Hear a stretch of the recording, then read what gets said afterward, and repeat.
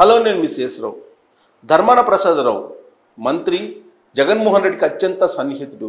ఆయన ఇప్పుడు ఆందోళన చెందుతున్నారు. శ్రీకాకుళంలో కడప రౌడీలు వచ్చారు, వాళ్ళు భూ కబ్జాలు చేస్తున్నారు అనేటువంటి ఆందోళన వ్యక్తం చేస్తూ ఒక బూతు పదాన్ని ఉపయోగిస్తూ ఆ సుబ్బారెడ్డి ఎవడు అని అంటూ ఆయన మీద లీడర్ ఎవడు, ఆయన మీద లీడర్ ఒకడున్నాడని చెప్పి చెప్తూ బహిరంగ సభలోనే శ్రీకాకుళంలో కడప రౌడీలు ఎంటర్ అయ్యారు అనేటువంటి విషయాన్ని చెప్తూ ఆందోళన వ్యక్తం చేశారు. ఇదే విషయాన్ని విపక్షాలు గత కొంతకాలంగా చెప్తూ వచ్చినటువంటి మాట మనందరికీ తెలిసింది. తాజాగా చంద్రబాబు నాయుడు కూడా రాబోయేటువంటి ఎన్నికల్లో రౌడీలని, దొంగ ఓట్లని వీటిని బేసేసుకొని, డబ్బుని బేసేసుకొని జగన్మోహన్ రెడ్డి మరొక ఛాన్స్ కొట్టేటువంటి ప్రయత్నం చేస్తున్నారు. తస్మాత్ జాగ్రత్త అంటూ ఆంధ్రప్రదేశ్ ప్రజలకు జాగ్రత్తలు కూడా చెప్పారు.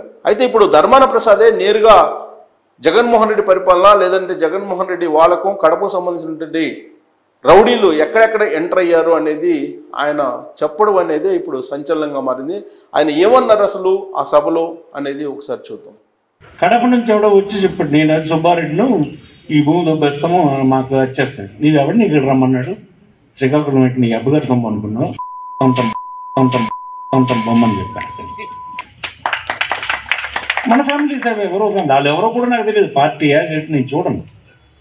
అంటే ఏమనుకుంటున్నాడు, అక్కడి నుంచి వచ్చేస్తే మనం ఇక్కడ చేయొచ్చు, మన అజమాయిష్ చెలాయించవచ్చు అనుకుంటు. అది నేను అవమానంగా భావిస్తాను. ఇవన్నీ ఏవి మీకు ఎలక్షన్లో అక్కర్లేదని అంటే పక్క కాన్సెన్స్ ఇప్పుడు సేమ్ చెప్పాడు చూడండి, కొందరికి ఎందుకు ఎత్తిచ్చేస్తారు అక్కడి నుంచి. కడప నుంచి ఎవడో వచ్చి చెప్పాడు, నేను సుబ్బారెడ్డిను ఈ భూమి దొబ్బేస్తాము, మాకు వచ్చేస్తాయి, నీకు ఎవడు నీకు రమ్మన్నాడు, శ్రీకాకుళం పెట్టి నీ అబ్బగారు సొమ్ము అనుకున్నావు, బొమ్మని చెప్పాను. మన ఫ్యామిలీ సార్ ఎవరో కానీ వాళ్ళు ఎవరో కూడా నాకు తెలియదు, పార్టీయా నేను చూడను. అంటే ఏమనుకుంటున్నాడు, అక్కడి నుంచి వచ్చేస్తే మనం ఇక్కడ చేయొచ్చు, మన అజమాయిష్ చెలాయించవచ్చు అనుకుంటు. అది నేను అవమానంగా భావిస్తాను. ఇవన్నీ ఏవి మీకు ఎలక్షన్లో అక్కర్లేదని అంటే పక్క కాన్సెన్స్ ఇప్పుడు సేమ్ చెప్పాడు చూడండి, కొందరికి ఎందుకు ఎత్తిచ్చేస్తారు అక్కడి నుంచి. సో ధర్మాన ప్రసాదరావు ఆందోళన అనేది మనం చూసాం. సీనియర్ పొలిటీషియన్ వైఎస్ రాజశేఖర రెడ్డితో కూడా ఆయన క్యాబినెట్లో కూడా పనిచేశారు ధర్మాన ప్రసాద్. ఇప్పుడు జగన్మోహన్ రెడ్డి క్యాబినెట్లో ఉన్నారు. కడప రెడ్లకు శ్రీకాకుళంలో ఏం పని అని చెప్పి ఆయన ప్రశ్నిస్తూ ఉన్నారు. 5 ఏళ్ల పాటు అనేక రకాలుగా జగన్మోహన్ రెడ్డికి మద్దతు ఇచ్చినటువంటి ధర్మాన ప్రసాదరావుకి ఇప్పుడు నిజం తెలిసి వచ్చింది. అందుకే ఉత్తరాంధ్ర ప్రజలు కడపలో ఉండేటువంటి రెడ్లు శ్రీకాకుళంలోకి వస్తే తట్టుకోలేరు అనేది ఆయన చెప్తూ ఉన్నారు. ఇప్పటికే విశాఖపట్నంలో భూ కబ్జాలు భారీగా జరిగాయి అనేది విపక్షాలు ఆధారాలతో సహా అనేక సందర్భాల్లో చెప్పారు. అంతేకాదు రాజధాని విశాఖ రావడం ఏమాత్రం అక్కడ ఉండేటువంటి మెజారిటీ ప్రజలకు ఇష్టం లేదు. దానికి కారణం కడప రెడ్లు వచ్చి విశాఖను ఆక్యుపై చేస్తారు అనేటువంటి ఒక ఆందోళన మొదటి నుంచి అక్కడ వినిపిస్తుంది. దానికి ఉదాహరణ 2014 ఎన్నికల్లో విజయమ్మ ఎంపీగా పోటీ చేశారు వైఎస్ఆర్ కాంగ్రెస్ పార్టీ తరఫు నుంచి. అక్కడి నుంచి ఆమెను ఓడించడం జరిగింది. దానికి కారణం ఒకవేళ విజయమ్మ కనుక అక్కడ గెలిస్తే కడప రెడ్లు వైజాగ్ను ఆక్యుపై చేస్తారు అనేటువంటి ఒక భయాందోళన విశాఖ వాసుల్లో కనిపించింది. ఇప్పుడు శ్రీకాకుళంలో ధర్మాన ప్రసాదరావు మాటలను బట్టి శ్రీకాకుళంలో కడప రెడ్లు, కడపకు సంబంధించినటువంటి రౌడీలు ఎంటర్ అయ్యారు. వాళ్ళకి శ్రీకాకుళంలో ఏం పని అనేది ఆయన ప్రశ్నిస్తూ ఉన్నారంటే రాష్ట్రంలో రాబోయేటువంటి రోజుల్లో ఎలాంటి పరిస్థితులు నెలకొంటాయని చెప్పి చెప్పడానికి ఆయన వ్యాఖ్యలను ఒక ఉదాహరణగా కూడా చెప్పుకోవచ్చు.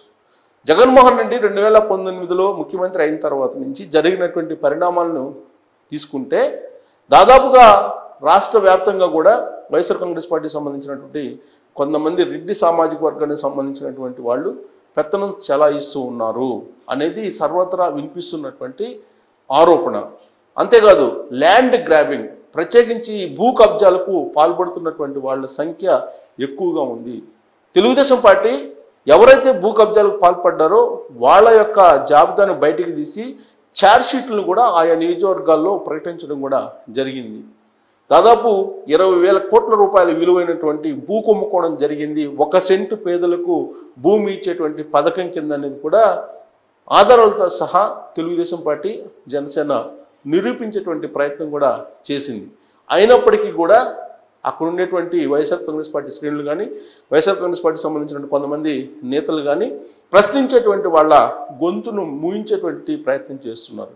ఇప్పుడు సొంత పార్టీలో ఉండేటువంటి అలాగే జగన్మోహన్ రెడ్డి క్యాబినెట్లో ఉండేటువంటి సీనియర్ మంత్రి ధర్మాన ప్రసాదరావు ముందుకు వచ్చి అసలు విషయాన్ని కుండ బద్దలు కొట్టినట్టు చెప్పేశారు.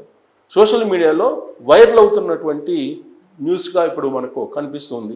రాబోయేటువంటి ఎన్నికల్లో ఒక ప్యానిక్ సిచ్యువేషన్ క్రియేట్ చేసి మరో ఛాన్స్ కొట్టేయాలని చెప్పి జగన్మోహన్ రెడ్డి ప్రయత్నిస్తున్నారనేది విపక్షాలు చెప్తూ ఉన్నటువంటి దానికి ఇప్పుడు బలం చేకూరేలా ధర్మాన ప్రసాదరావు మాటలు ఉన్నాయి అనడంలో ఎలాంటి సందేహం కూడా లేదు.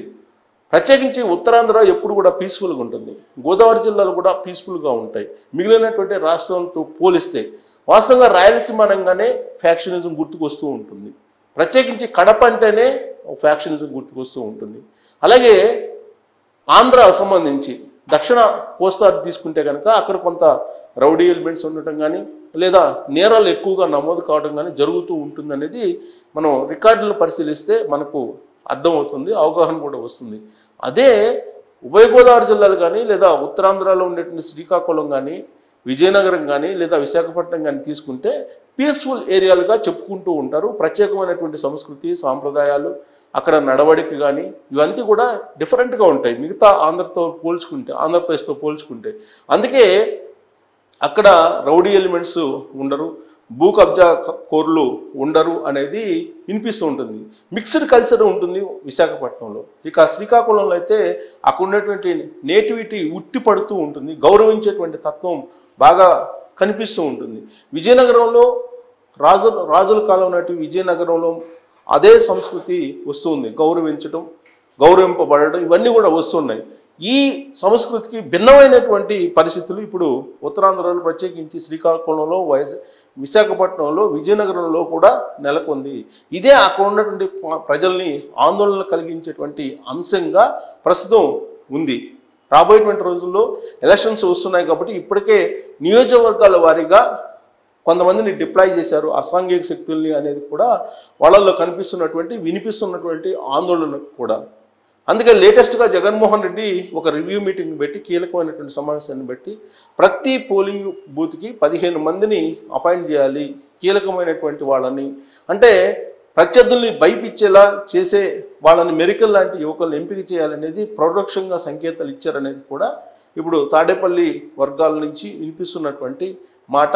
ఆ విషయాన్నే ఇప్పుడు వైఎస్ఆర్ కాంగ్రెస్ పార్టీ వర్గాలు కూడా బయటికి చెప్తూ ఉన్నాయి.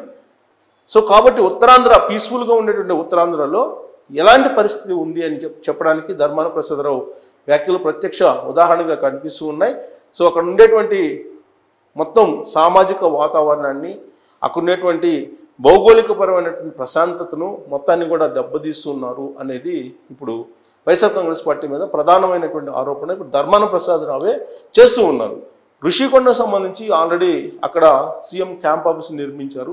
ఆ సీఎం క్యాంప్ ఆఫీస్ నిర్మించడానికి ఇష్టం లేనటువంటి వాళ్ళు ఇప్పటికే అక్కడ ఉన్నటువంటి సామాజికవేత్తలు కానీ పర్యావరణవేత్తలు కానీ కేసులు వేసి పోరాడుతూ ఉన్నటువంటి పరిస్థితి కూడా నెలకొంది.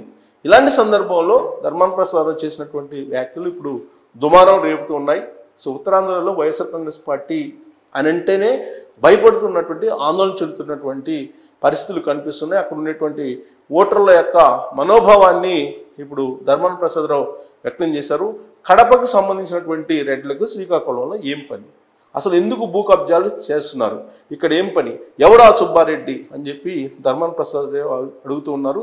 ఆ సుబ్బారెడ్డికి ఇంకొక లీడర్ ఉన్నారు, ఆ లీడర్ మీద ఇంకొక లీడర్ ఉన్నారంటూ పరోక్షంగా తాడేపల్లిలో ఉండేటువంటి పరిస్థితిని పోసగుచ్చినట్టు ధర్మాన ప్రసాదరావు చెప్పడం అనేది ఇప్పుడు సోషల్ మీడియాలో వైరల్ అవుతున్నటువంటి ఒక పెద్ద సంచలన న్యూస్గా మారింది. ఇది వైఎస్ఆర్ కాంగ్రెస్ పార్టీ ఖచ్చితంగా ఇబ్బందికరమైనటువంటి పరిస్థితులు తెచ్చేలా కనిపిస్తుంది.